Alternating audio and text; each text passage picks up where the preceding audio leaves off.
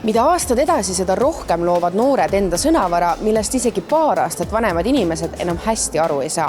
Ja ma julgen öelda, et sel aastal on noorte släng nagu omaette epideemia, sest väljendid 6-7, ank ja sigma on täielikult jätnud eesti keele tahavaatepeeglisse. Mis on need populaarsed väljendid, mida noored praegu hästi palju kasutavad? 6-7, sigma. Ank. Mis see tähendab? See tähendab nagu, kui keegi hakkab vanaks jääma, siis ütlen neile ank. Tsohv. Tsohv näiteks. Mille kohta seda kasutatakse? Kui inimene on nagu mingi äge või nagu, äge on nagu sukest. Ja siis riska. Poiss proovib saada tüdruku põhiliselt. Ja, nagu et ta nagu pick-up line, noh. Aga mis teema selle 6-7-ga on? Ei no seda ma ei tea. 6-7, noh. Just mingi lollidele, noh. 6-7. No ja väikestel on mingi brain rot, nagu sigma riis, kõik siuksed asjad, haas, kõik. Skibidi peldik, noh. Toilet. Mingi skibidi, no see... Ma ei tea, see on mingi täiesti teise generatsiooni värk. No see pole meie probleem. Kas see on juba niimoodi, et nagu teie vanustel on oma nagu see leksikon ja siis noorematel on veel nagu oma? Just, täpselt nii ongi. Kus see piir nagu läheb? Teie saate nendest aru? Kus on nagu, kus tuleb see kornpall, vaata, kus ei ole kornpall. Nagu sellised ja siis sellised. Sisulooja Steven Raidmets, kes on sotsiaalmeedias tegutsenud üle 10 aasta, sõnab, et keelelises mõttes ongi noorte seas olukord käest ära läinud viimase paari aastaga.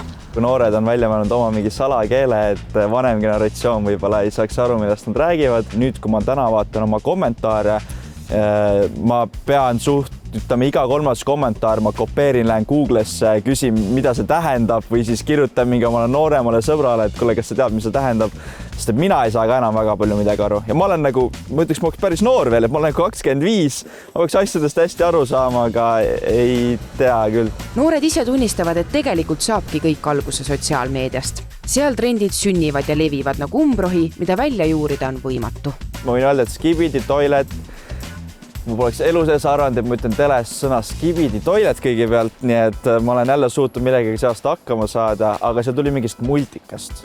Öelda siis on, et nii-öelda need brain rot multikad, mis ongi nagu eesti keeles, ma ütleks lihtsalt ajukahjustavad väljendid ja multikad, sest et nagu neil ei ole mitte mingit tähendust. Need on isegi veidrad. Alati ongi mõistlik nagu mitte vihastada või kuidagi erutada, vaid võtta seda asja naljana. Et noored mitte ainult ei räägi mingi päris oma keeles, vaid mõnest on veel veidra, nagu 2 Eesti noort räägivad oma veel inglis keeles. Et see mulle tuletab meelde sellist situatsiooni, kus 2 koera saavad kokku ja augu või hakkavad njäuguma. Et see on, aga jällegi see on naljakas, et las nad räägivad, et see on natuke nagu siuke vistrikud puberteedi ja küll need kasvavad välja. 6-7 on a Merry Christmas, giving New Year. 6-7, I just bit right on the highway. Ja räägimegi nüüd ilmast, kohal on Karmen, tere õhtust. Tere õhtust. Seega Ank küsib, kas tuleb külma 6-7 kraadi? Väljend 6-7 ehk 6-7 on näiteks täielikult maailma vallutanud. Ühest ainsast videost alguse saanud lause ei anna nüüd koolitunnis rahu ühelegi õpetajale ning on murdnud isegi tee televisiooni, sest ometi telekast ei saa internetile alla jääda. Ma arvan, see 6-7 on ikka kõige ekstreemsem hetkel, et ma võin öelda kellelegi tere, ta vastab mulle 6-7 ja siis ma lihtsalt mõtlen oma, et nagu kuhu me jõudnud olema omadega, aga väga tore, sest et ma ütlen ausalt, ka minul on see viirus külge hakanud ja väga rumalatel hetkedel, kui mul midagi öelda ei ole, siis ma lihtsalt ütlen 6-7. Mu ema ja isa juba ütlevad 6-7. Isa teeb autos tavaliselt, kui me sõidame 6-7. Kind of getting unhinged now. It's like cancer. It's like coronavirus. Kui tihti on niimoodi, et tuleb mingi uus väljend ja siis lähed hommikul kooli ja jälle keegi on... Ikka nagu iga nädal uus asi. Jah, peaaegu iga nädal. Nädal aega nagu levib, siis kõik saavad teada ja siis jääb igavaks, siis kaob ära. See on nagu tore, aga mingis mõttes see nagu läheb juba veits nagu imelikuks ära. Et eesti keel on ohus? No võib-olla küll, jah.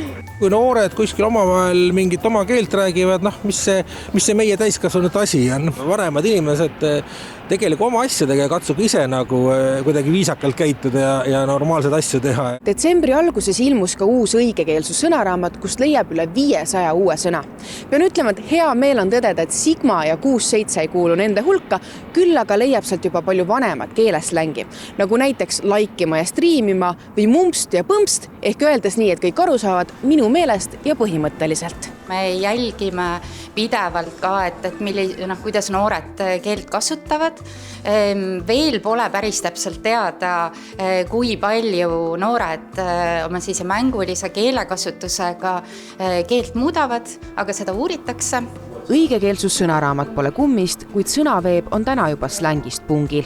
Iseasi küsimus on, kas järgmisesse sõnaraamatusse tuleb noorte väljamõeldud väljendite tõttu lehti juurde teha, et ka vanem generatsioon neid mõistaks. Vaatame, kui üldlevinuks see läheb, eks ole. Ma ütlen, et sellest ainult ei piisa, et 12-13 aastased midagi räägivad, et ta peab ka natuke kaugemale jõudma selleks, et õssi pääseda. Teiselt poolt on noored alati olnud veidi mässumeelsed ja sellise kirjakeele normi äärealadel mänginud ja pigem tuleks neil lasta seda teha. Ma arvan, et kui me laseme kogu aeg siin Ameerikal välja mõelda trende, siis äkki teeme selle ära, et teeme mingi Eesti trendi, mis läheks ülemaailmseks ja teeme eesti keele ilusaks keeleks.